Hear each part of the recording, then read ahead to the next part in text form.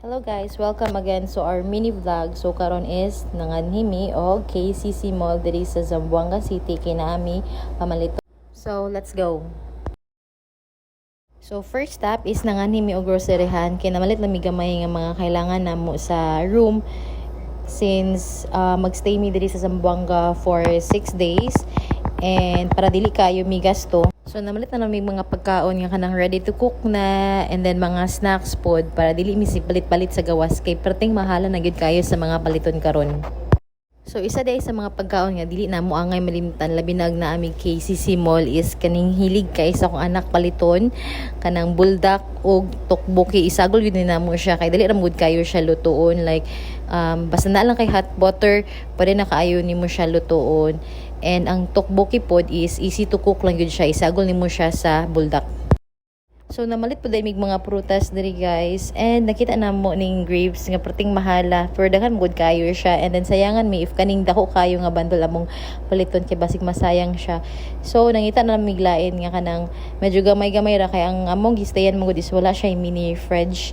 So dili na mo siya ma-stock og dugay sa room kay basig madaot siya og masayang lang siya. Naka-realize ko guys ba nga dali gid kayo ang panahon no sa una mag-grocery mi tulo raman mi ako akong bana og dayon kanidayon akong pinakamagulang nga anak and then karon isupat na mi isa ka batching nga ginadala-dala na mo ginasakay-sakay na mo sa cart. No dali gid kayo ang panahon. Anyway, pahumanay na mi og grocery ani and magbayad na mi.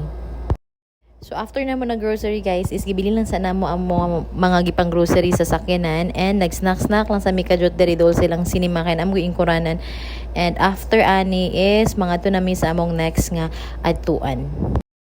Kabalo mo guys nga pwedeng katawahan nako ani nga video kay pag-check magud na ako nakita na ko kung banak nga grabe kay ang kaon pero gyud siya kabantay nga yang sanina perti na ang hugawa daghan kayo tagak-tagak kay kani amoy kaon manggod is kanang masige siya kanon ba if familiar mo sa kaning Jamaican bitaw nga kanang Russia og pang Italian nga food lamian magud kayo miani kay lami gid kayo siya.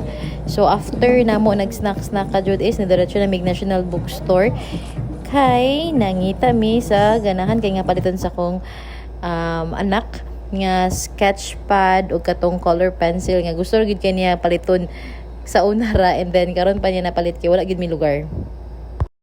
So nagtanaw-tanaw na lang pod ko aning anime nga mga pocket books diri. Actually sa una guys kung naka-remember mo if batang 90s manggod mo uso kaayo ning mga kanang pocket books bitaw sa Precious Hearts Romances. So di ba kaway-kaway sa mga 90s diyan. And then diri manggod is ako nakita is mga pocket books nga anime.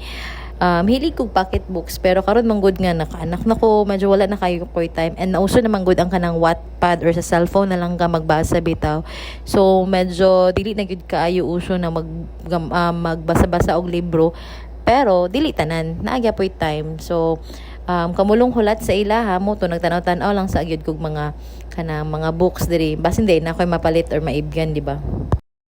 So wala pud taon ni nagpapildi akong gamating diri kay nagtanaw-tanaw pud siya giyahang mga libro kung unsa toy murag familiar kay sa iyahang mata yahapon gakwa-kwaon yang ginapakita sa ako and then nakita ko katong murag dinosaur bitaw pero gamay ra mod kayo siya more on dinosaur siya compare aning nakita nako nga kanang mga kuan gyud siya mga alphabet gyud siya para makat-on gyud bitaw siya. So ang naka-nice pod ani nga book nga akong nakit-an manggod is na siya mga verse nga matun-an bitaw like more on kana mga Bible verse bitaw so tsada siya. And kanina nga time guys is nahuman na silang pili nagulat na lang mi nga magbayad na si Habi para makaadto na mi sa among next nga adtuan. Maanggrad kay siya mao. Maanggrad kay siya mahadlo kaniya ma.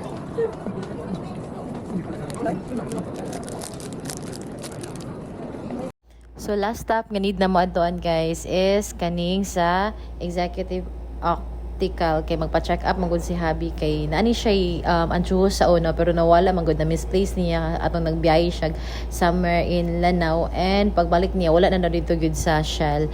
So kailangan na siya og bag-o nga antuhos niya kay medyo gasakit na gyud ang iyahang mata. So well, pa-check up siya ani nga time kami is nag-ingkod ng midiri naghulat-hulat ng min sa iya kay wala man gud mi maingkuran dito sa gawas and luckily na iba kanting ingkuranan diri so nag-ingkod-ingkod lang mi.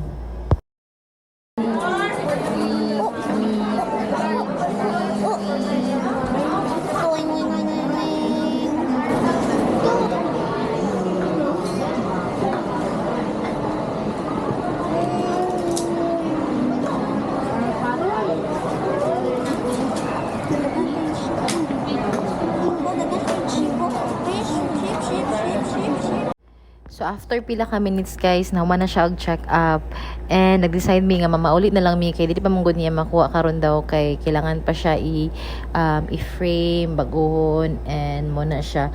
So mora to guys. So if wala pa mo naka-subscribe sa akong YouTube channel, pag-subscribe na mo and i-follow pud ko ninyo sa akong TikTok. Thank you. Bye.